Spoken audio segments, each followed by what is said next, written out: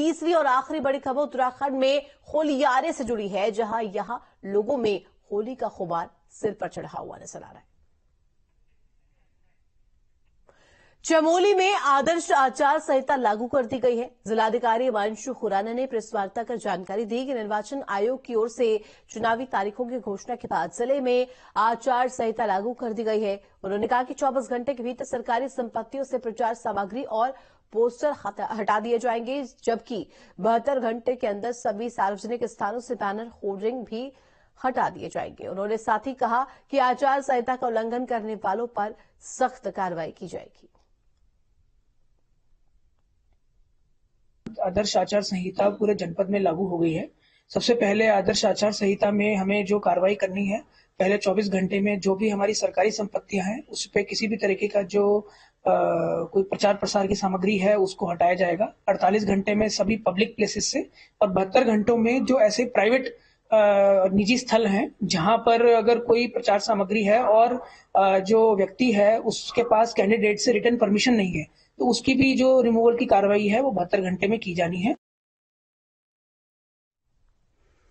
लोकसभा चुनाव 2024 का बिगुल बज गया है। उत्तराखंड में भी सियासी हलचल तेज हो गई है। चुनाव आयोग ने उत्तराखंड की 5 लोकसभा सीटों के लिए तारीख का ऐलान कर दिया है। राज्य में एक ही चरण में चुनाव संपन्न होंगे। यहां पहले चरण के लिए 19 अप्रैल के दिन वोट डाले जाएंगे।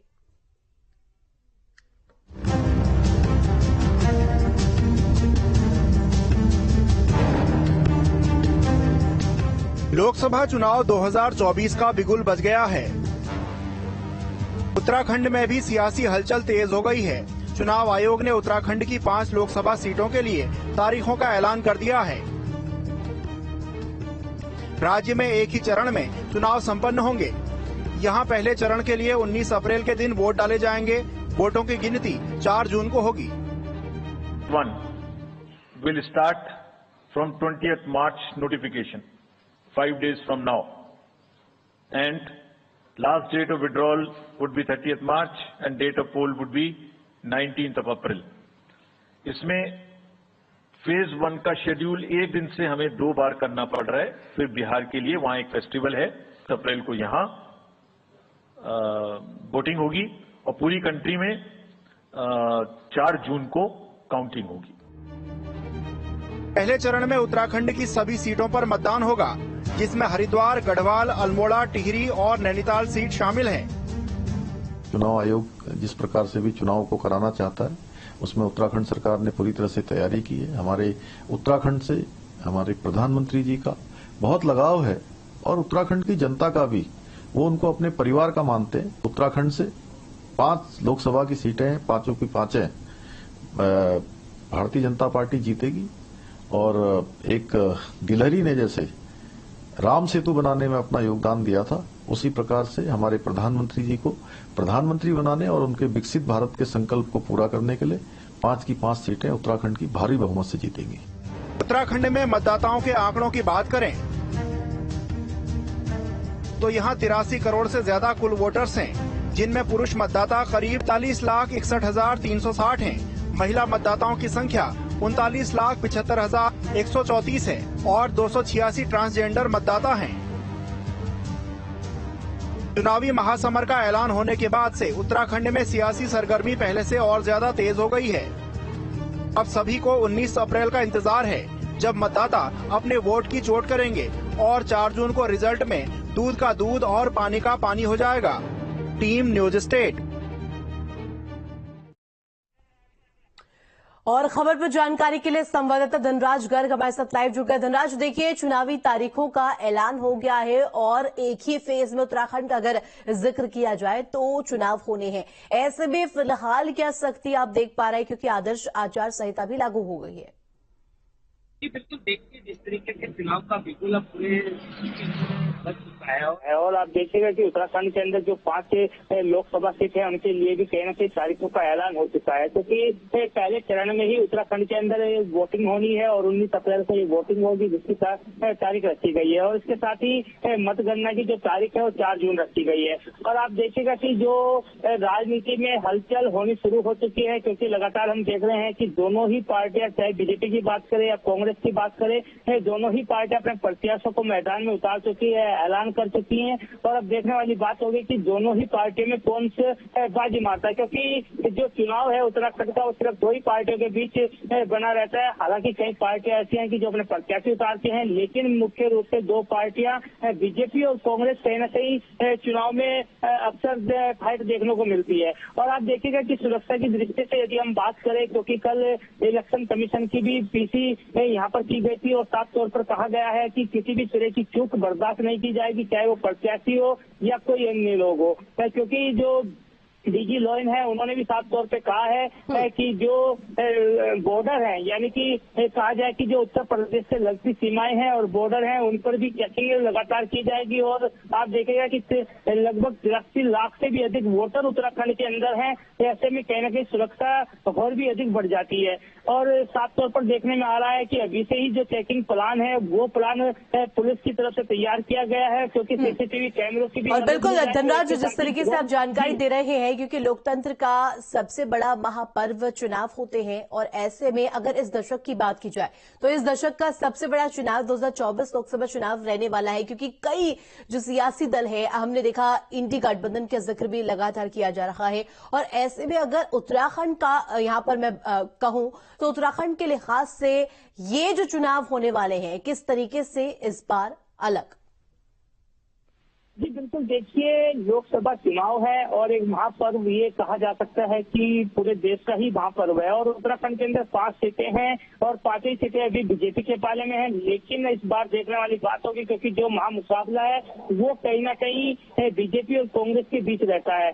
और भले ही यहाँ पर सभी पार्टियां अपनी प्रत्याशी उतारती हो, लेकिन मुकाबला हमेशा ही बीजेपी और कांग्रेस के बीच देखने को मिलता है। और इस बार देखने वाली बात होगी कि इस मुकाबले में कौन जीत हासिल करता है। लेकिन वही देखिएगा कि जो पहाड़ी क्षेत्र है, यदि हम पहाड़ी क्षेत्रों की बात करें तो उनकी जो वोटर है उनके लिए भी तमाम तरह की व्यवस्थाएं कहीं ना कहीं प्रशासन, इलेक्शन कमीशन यहाँ पर करता हुआ नजर आएगा, क्योंकि इलेक्शन कमीशन की तरफ से कहा गया है, क्योंकि पहाड़ी क्षेत्रों में लगातार देखने में आता है कि कहीं ना कहीं जो लोग हैं उनको बूथों तक जाने में काफी इसके साथ साथ नव मतदाता भी सबसे बड़ी कड़ी होती है चुनाव में। और लोकसभा चुनाव का अगर जिक्र किया जाए, उत्तराखंड में नव मतदाताओं की संख्या क्या है, उनको लेकर के किस तरीके से इंतजाम?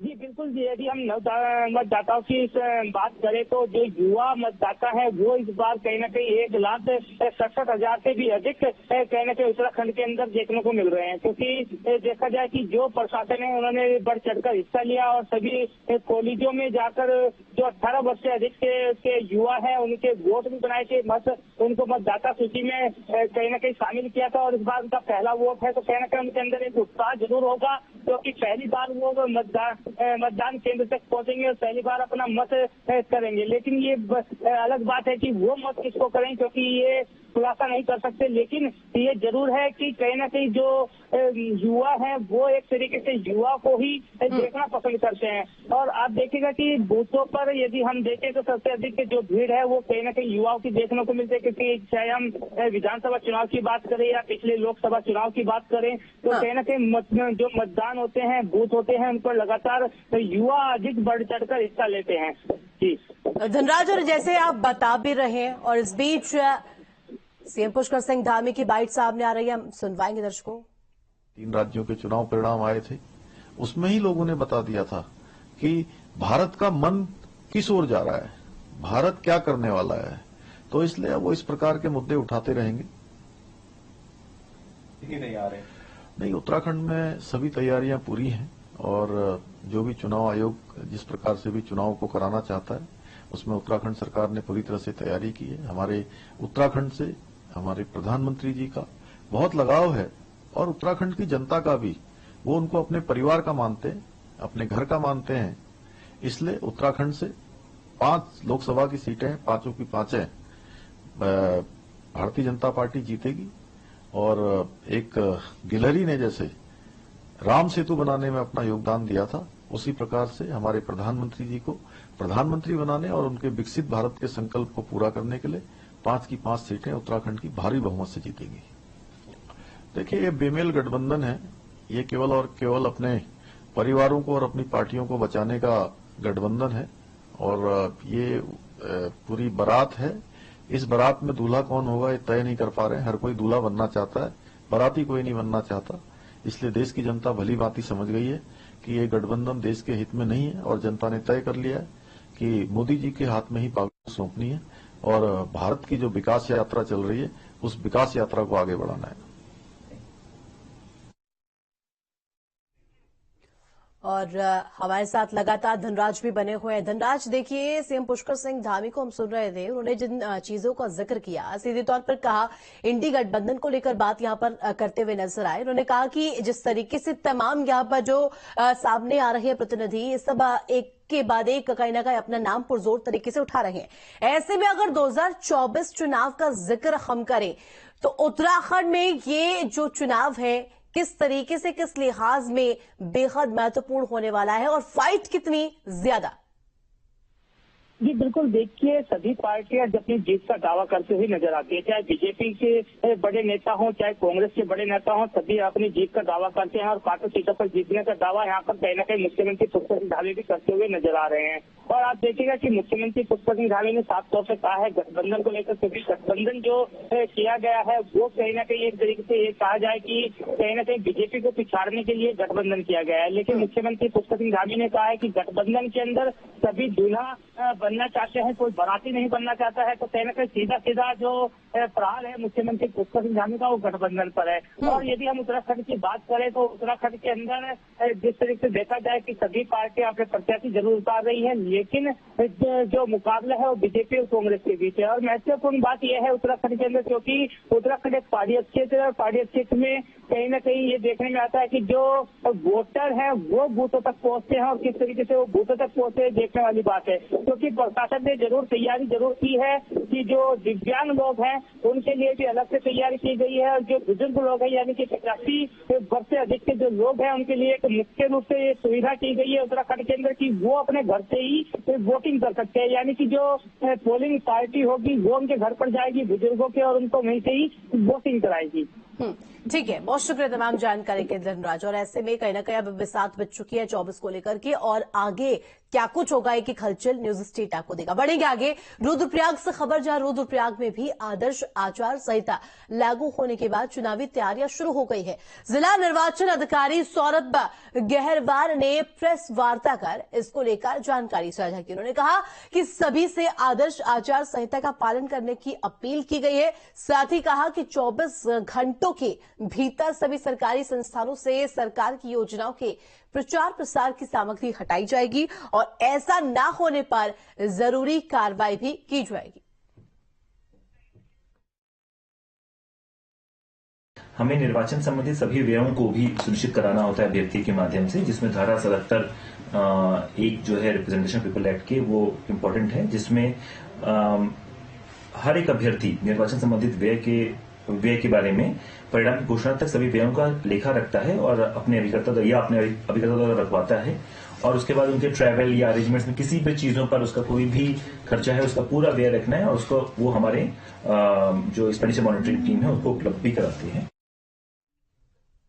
वही चुनावी तारीखों के ऐलान के बाद पौड़ी के जिला निर्वाचन अधिकारी डॉक्टर आशीष चौहान का कहना है कि चुनाव आयोग से मिले दिशा निर्देशों को लगातार धरातल पर उतारा जा रहा है। इसके साथ ही 24 से 48 घंटे के भीतर आदर्श आचार संहिता के संबंध में जो भी काम किया जाना है उसे जल्द से जल्द पूरा करवाने का भी निर्देश जारी किया गया है। उन्होंने कहा कि पौड़ी में धारा 144 लागू कर दी गई है। उसके पश्चात में हमारा एमसीसी जो है वो इफेक्ट में आ गया। 144 भी अब हमारी स्टार्ट हो रही है और एमसीसी के जो एसओपी का 24 आवर्स 48 आवर्स और 72 आवर्स के जो हमारे जो भी प्रोविजंस होते हैं या एसओपी होती है उसको स्ट्रिक्टली फॉलो करवाया जाएगा।